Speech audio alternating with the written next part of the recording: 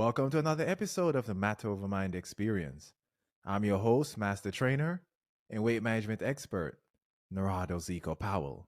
If you haven't heard my voice yet, or if you have heard my voice this year, Happy New Year. Welcome to 2024 anyway. This is going to be a banging year.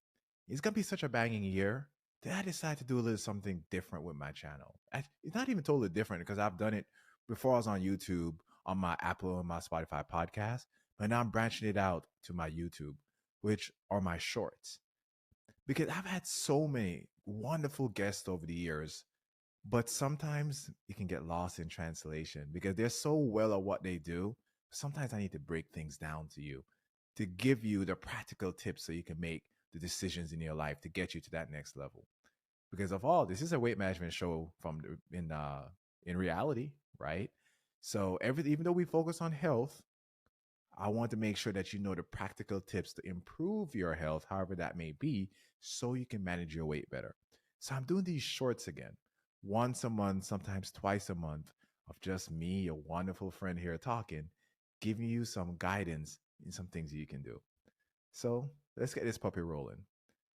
We're gonna start with how to begin your weight loss journey. I think that's you know a perfect topic because this time of year everyone has a New Year's resolution, or some people do, right? I don't have resolutions. I just keep banging all year from year with everything in my life.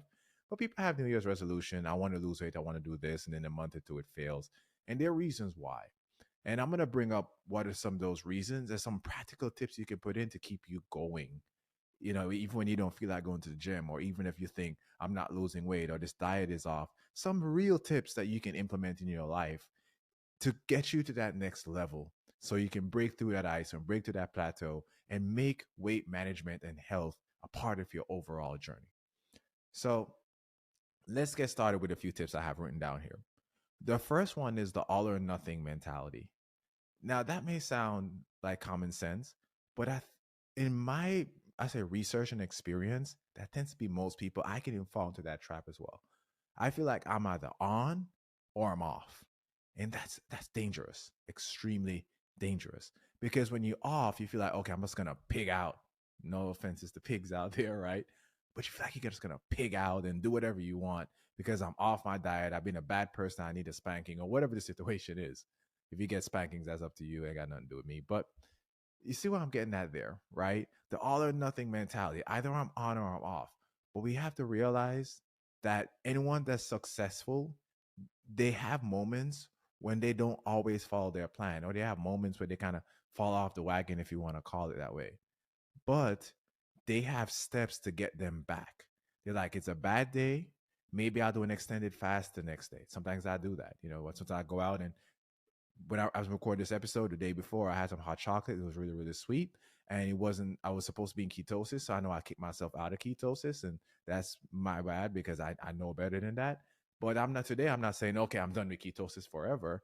No, I am switching my body back into ketosis with an extended fast. I had to kind of change the way I train a little bit to get my body back into it, and that's where your mentality has to be. Sometimes I fall off. Sometimes I don't do things I'm supposed to do. But at the same time, you make adjustments. So the all or nothing mentality is something that you definitely need to really think about, because if that's where you are, it's going to be hard for you to stay on the tracks. We are human. We can't beat ourselves up all the time, and change starts in the mind. It starts in the mind, and we can't forget that. So I'm not even speaking a lot of science right now. I will get to that later. Right now, I'm just speaking about the mentality and your thought. Because if your thought is not where it's supposed to be, you're never going to truly get your results. Maybe temporarily, you might lose some weight, you might start feeling a little better, but you'll never truly be where you're supposed to be if your mind is not where it's supposed to. So let's start this. So the first thing you got to do is address that. Now you can write things down. You can talk to a therapist. You can call me if you need to, if you need guidance. You can rely on your friends and family and people around you. Not the energy sucking vampires in your life, but the good people who support you, right? And not people that give you just blind support either. But, oh, you're gonna be great, but they don't. No, you need people who can actually give you true support and sometimes guidance on your journey. Sometimes you can have a workout partner. I don't work out with people. I work out by myself, people have asked me many times to go to the gym with me. I'm just like, nope, not really. It's not gonna happen. I work out by myself. I just what I love to do. But some people need that workout partner.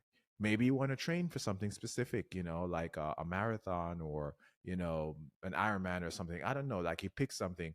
But one thing I want to say there with all nothing mentality, I always say that the best workout you can do is the workout you can do, meaning that whatever that is at that time, that's where your focus needs to be. Whatever you can do, make sure you enjoy it.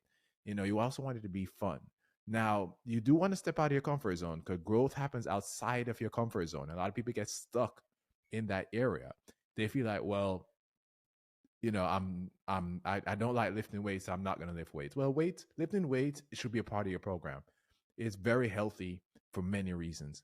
There are some people who say, well, I don't want to do cardio because I hate cardio. Well, you need cardio as well.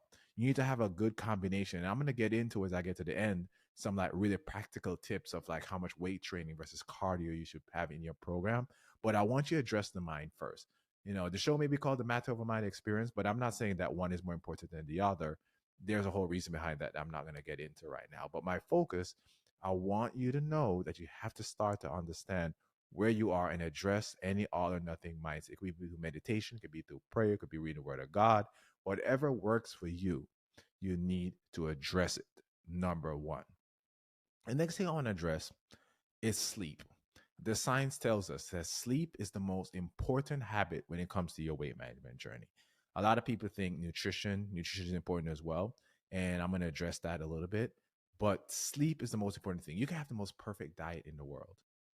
But sleep, if you're not sleeping, not just sleeping and waking up, but sleeping well, first of all, if you're getting proper sleep, you can actually sleep less.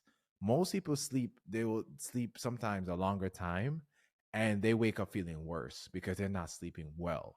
So, sleeping well is important. I have an entire article on how to get quality sleep on zicohealth.com.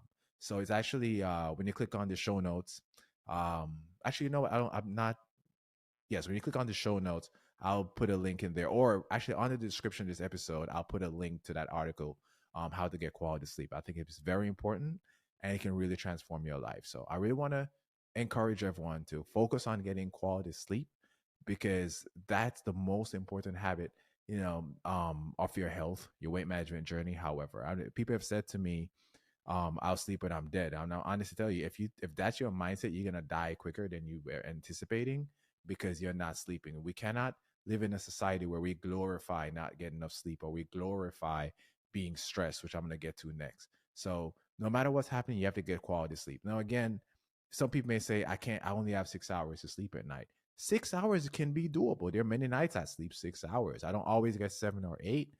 And actually, most nights now I tend to get about 6 hours of sleep, especially when I'm cutting because my body's not under as much stress. But the difference is I get 6 hours of quality sleep versus you can sleep 8 hours, but you don't really even get 4 or 5 hours of quality sleep. And that's the difference. And that's what the article addresses, which again, I'm going to put in the description of the episode. Stress is the next thing I want to tackle. We have to talk about this. We know stress is a silent killer. Now it's not even just a silent killer, it's just a killer all in general. So we need to address our levels of stress. And if we address our levels of stress, we'll start to realize better benefits in our lives, right? I mean, I've had people say to me, I know this guy, this woman, they're the fittest people in the world. They're healthy, they eat right, which you might think they're eating right. You don't know what else they're doing. FYI, just when you make those statements, those comments, be careful because you may not even know what they're doing. So you kind of make you assume in your head they're doing okay, right? But a lot of times we see when we look at the people die early or end up in health conditions and they're often stressed. The research itself tells us like stress in itself is a silent killer. Anxiety, and there are two types of stress essential. There is chronic stress and then there's that long-term stress, right? I'm sorry, there's acute stress and there's that long-term chronic stress. And both of them are bad to some degree. Now, the acute stress is something you can deal with most of the time. Our bodies, our lives are naturally going to have some levels of stress, and with that, you have to train yourself to deal with that level of stress. You're stuck in traffic, some idiot yelling at you, whatever. You're listening to me and you're like, Zico don't know what he's talking about, whatever. The stress, that's, that those things that come in your life. Sometimes it's kids, husband, wives, and especially if you're married, for women out there, your husband can definitely be a level of stress.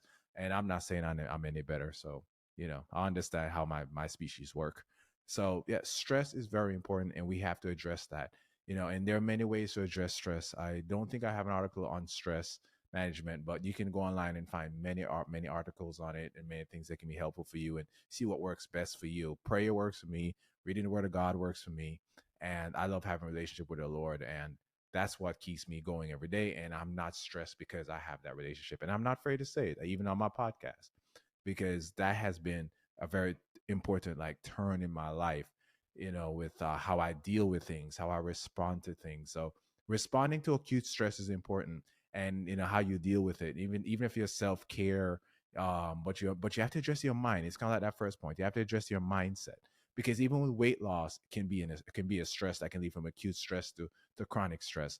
So you want to make sure you're addressing your mind and your thoughts. I mean, you can write things down in the evenings before you go to bed or when you wake up in the morning. There are many things you can do to address stress. You can work with a professional if need be, but you have to address your levels of stress. The next thing I want to talk about now, let's get into some like more practical stuff, right? Because this is what you're here for. Let's talk about your diet. Diet is a tricky thing. And I have to say, before you make any dietary changes, especially if you have any health conditions, please speak to a medical professional or a dietary professional. Don't just say Zico said and think everything's gonna be okay. But I'm gonna give you some general guidelines, because this is where a lot of people mess up. This is where people really tend to screw up. So first, let's talk about things that you may want to avoid. There's some general things, because some people have said to me, I'm not going to deprive myself of things. And I'll say, okay, you're not going to deprive yourself of things, and that may work okay for you. But you got to really remember that there's some things that you need to deprive yourself of, at least try to deprive yourself of, right? We're human, we're going to make mistakes, but you have to have a mindset of certain things are just not healthy. Certain things are just not good for your journey. And some of these basic things I want to bring up are seed oils and the quote unquote vegetable oil. Vegetable oils are not vegetable oils, are actually seed oils. You want to get those out of your diet. The human body is not designed to have seed oils. You want to have coconut oil, avocado oil, and olive oil. And you also want to learn how to cook with them, because they all cook differently. But you want to have better oils in your diet. That's important for anyone in there to trying to get healthier, is the right type of oil, right? If you're going to ketosis, you may want to have more coconut oil into your diet, because coconut oil can be broken down to MCTs, which can brought past the blood-brain barrier. My apologies. So that can be very beneficial for you in so many ways and give you more energy, help you with ATP production. And there's so many benefits of coconut oil, because it's their medium chain triglycerides versus like long chain triglycerides, right? So there's this.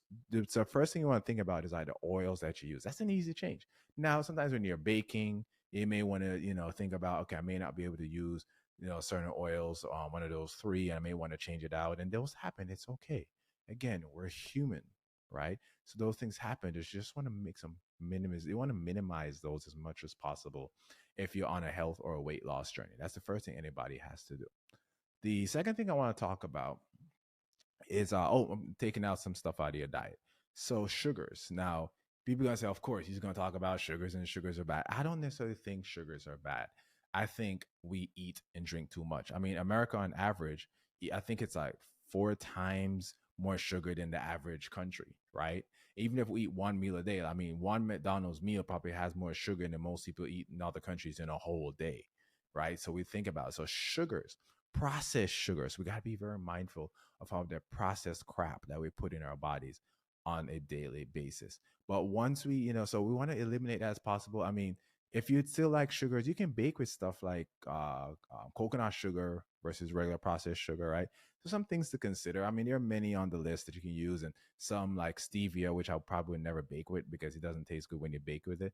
But if you're someone who cooks or bake, you want to look for alternatives. And I had a client who one of the few things I did with him, they didn't even change his full diet, but he started putting stevia in his coffee instead of sugar, or and then he lost so much weight. He started losing weight just by that alone, right?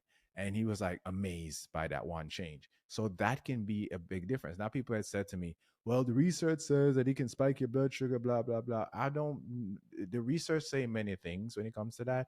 I know Steve is beneficial for me and so many others, and also depends on what your activities are, right? Because it's still something sweet for your body, but stevia is not a fake sugar necessarily, but it's something that added it's into your diet can be beneficial or give you a replacement. You know what? If you're better off, just want to go black and throw some MCT oils in that baby, you can do that too, right? And think about getting some healthy coffee too, some good coffee, not the Starbucks crap, but some really good coffee. Because I have people say to me, I didn't eat much, but I keep gaining weight. And I look at the fact that they'll drink Starbucks for breakfast and stuff like that, and I'm like, yeah, but you you're loading up your body with sugars all the time. Your blood sugar is constantly high. Your body has to store the excess. You already have enough stored glycogen, so your body has to store all that excess. So, we want to think about the sugars and where we are, how much we're adding into a diet. Be mindful. It's not just about calories, and that's where a lot of trainers go wrong. Calories, calories, calories. Not saying calories are not important. Again, the all nothing mindset. Because some people say you're saying calories not important. Those words never came out of my mouth.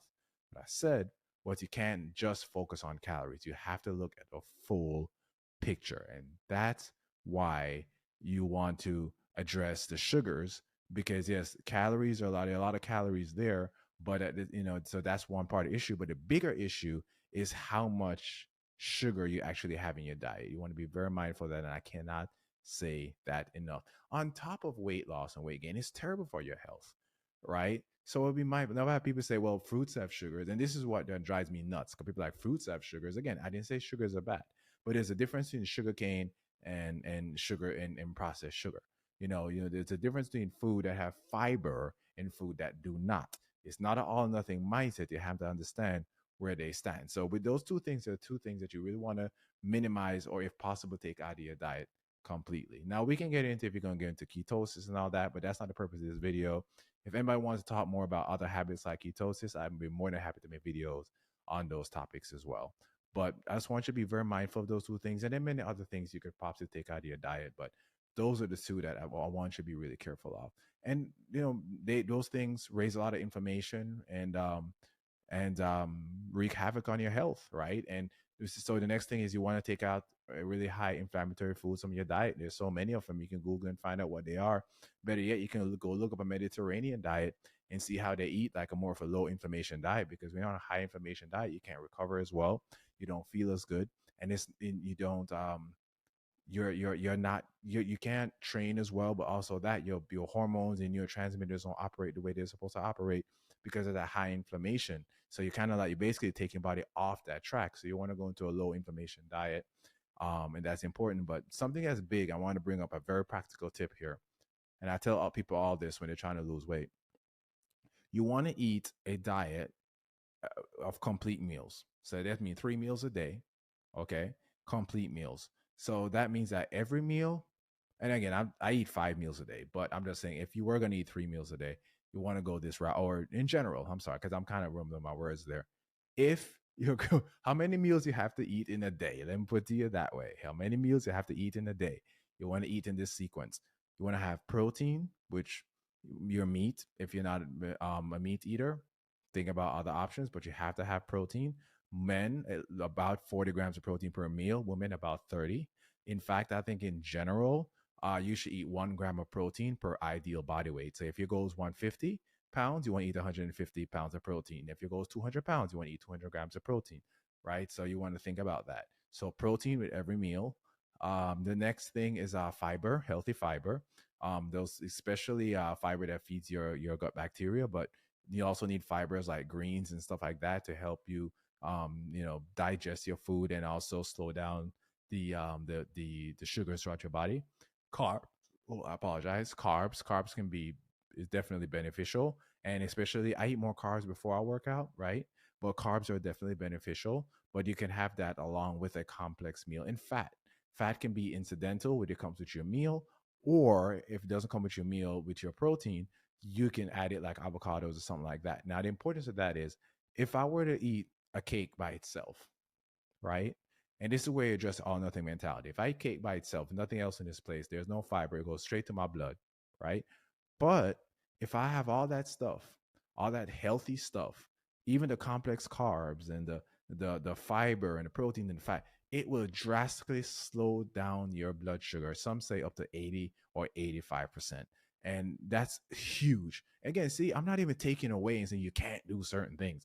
I'm telling you, I'm putting it in context so you can look at how you should eat and not just, hey, I should or should not eat this or that. You don't want to get to that point, because you get to the point when they start to tell you you just can't eat certain foods, it becomes a miserable experience. I haven't experienced it, but I've seen it around a lot of people. So if you can just start making adjustments by like eating complete meals, 3 solid meals a day, or 4 solid meals, or like me, 5 solid meals a day, whatever that may be, right? Limit your snacking in between. Like, just eat your solid meals. That can transform your health and transform your weight management journey. Now, I have another video. I'm going to come out with another video eventually where I'm going to get like deeper into nutrition. But for now, it's starting 2024. Like, that's where your focus should be, right? Is eliminating crap that you don't need, and then eating complete meals. Those are small enough changes that you can make even today. Now, let's talk about in the gym or working out in general, right? So I'm gonna try to make this nice and simple, and kind of give you some practical tips here. You want to focus on weightlifting, and weightlifting may sound scary to some people. I don't mean you need to go in there and jack up 200 pounds or 300 pounds. It's not what I mean. But you need to strength train. You need to strength train. That's vital. It's so vital that you strength train. I don't care what any trainer or anybody who claims they know anything is going to tell you. You need to strength train. Strength training should always be the base of your program. I would tell you how many people have come to me and said, this hurts or that hurts, and I try to, like, you know, and they've not even injured yet, but their bodies or their muscles are so weak. I mean, they can't even lift up a 5 pound dumbbell without shaking. It's like, and I have to start from ground up with them and build them up. And they've been doing cardio forever. And again, I'm not saying cardio is bad, because I'm going to talk about that in a second. But I want people to understand that weightlifting needs to be the base in your day to day life. What do? You lift and move things more. That's what we're designed and built to do. So weight training has to be the base of your program. Functional health, functional training, functional movements. If you can find a trainer that teaches you functional movement, things you do on a day-to-day basis, because there are people now who can barely lift their hands over their heads, right? Because they don't do functional training. As you get older, it gets harder and harder. There are people who can't really bend down or even stretch properly, like, because they don't do functional training. So yes, sweating and all that stuff is great, and it has its place. And I sweat even when I lift weights. Your boy goes hard in the paint, right? But even though I do that, I make sure that I have functional training. I make sure that I have certain things in my protocol. So weightlifting. Now, for the general person, unless you're crazy like me, I usually go 4 to 5 days, sometimes 6 days a week, depending on if I'm bulking or cutting. But for the general person, 3 days a week is fine for weightlifting. 4 days a week, if you can work in the time, is okay. Or if you work with a trainer that puts you on a program, even better. But you want to be able to strength train a few times throughout the week. And then cardio, you add in, and you want to do cardio every week as well. But your cardio, there's so much that goes into that. And there's different types of cardio based on what you're trying to do. But you can do high intensity cardio. You can do, I'm not a big fan of jogging because the pressure does push on your knees, but you can do jogging. There are many things you can do a couple times a week. But you don't need to go hard. You can do like zone 2 cardio where you're still breathing, and well, hope you're always still breathing, but breathing at a slower rate. You can even have a small conversation if you have to. Walking is a good form of cardio. If that's all you can do, you walk, right? So there's so many aspects to so many things that you can do for your health that I really want you to focus on. And when it comes to weightlifting, you want to have that 3 to 4 days of weightlifting, and then add cardio 1 to 2 days if you can. So it's like, okay, I only have 5 days. Okay, 3 days weightlifting, 2 days cardio. I wouldn't like it to be 2 and 2. I don't like that. You want to have at least 1 or 2 days more of weightlifting and cardio, but you want to put them together in your program. Now, one pro tip, find a good trainer if you can. Find a good trainer, because they're not all good trainers. I've worked and seen so many where I've had to be like, what are you doing to people? Find good trainers that can help you to get you to that next level. And you find that, you start to build a program, you work with them for a few months, and eventually you figure things out in your head. And you're like, okay, now I know where I'm at. I can take it from here. Now if you want to continue working with a trainer, it may be better, but a lot of times you don't necessarily need that. But something that drives me crazy is when people are going to work out for the first time or have worked out in a while and said, I want to go do a Zumba class. I want to go dance around and stuff. There's nothing wrong with that. I'm not knocking Zumba and all these other, Taibo or whatever going on. But if that's your only focus, you're holding yourself back. You're not really going to get the results that you're looking for because you don't know how to put those things together. So that's where I want your focus to be in 2024 is putting all these things that I talked about together. And as we go throughout the year, I mean, in 2 weeks I have another one coming up, another short coming up where it's going to be about stress, and I'm gonna talk about habits to combat stress. And then later on in the year, I'll talk more about nutrition and sleep and things to eat. And there's so much that I want to unpack from our audience, but this is where I want your focus to be in 2024. So go out there and get it. Thank you so much. Remember, if you like this or any of my episodes, hit the save, hit the like and subscribe button, and let's get your results.